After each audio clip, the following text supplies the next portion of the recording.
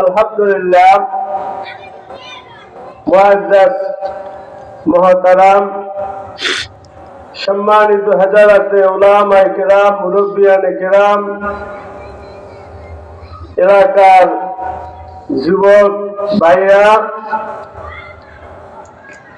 আসসালামু আলাইকুম ওয়া রাহমাতুল্লাহি ওয়া বারাকাতুহু।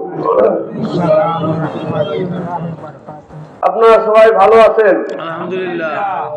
আজকের এই মরহুম মৌলভী আইন আলী হাওলাদার একজন আল্লাহওয়ালা মানুষ ছিল, মুসল্লি ছিল, নামাজি মানুষ ছিল। কি বলেন? আমার তালই হয় সে সাসিনা তরিকার হক